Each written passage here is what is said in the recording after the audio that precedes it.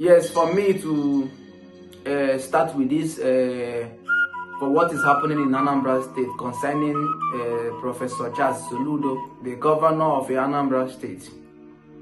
This is something that they call real torture. It's a real threat.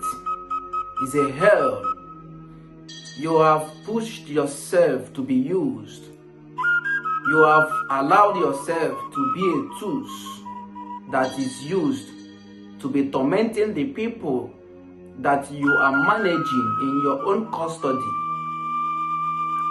Professor Chukwuma Soludo, as a professor, I give you respect. Normally they respect professors. But today I found out that being a professor does not guarantee a man to be smart enough.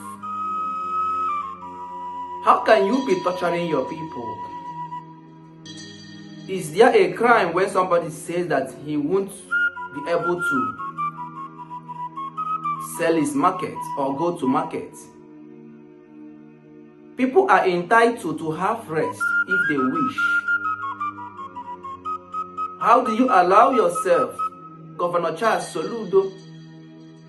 How did you allow yourself to be a tool that is used to be tormenting your people, that is given to you, that voted you, that are in your custody? How do you feel? How do you sleep? How do you think?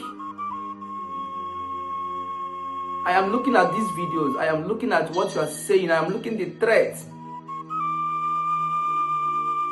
You are giving a threat to demolish a shop that was built before you.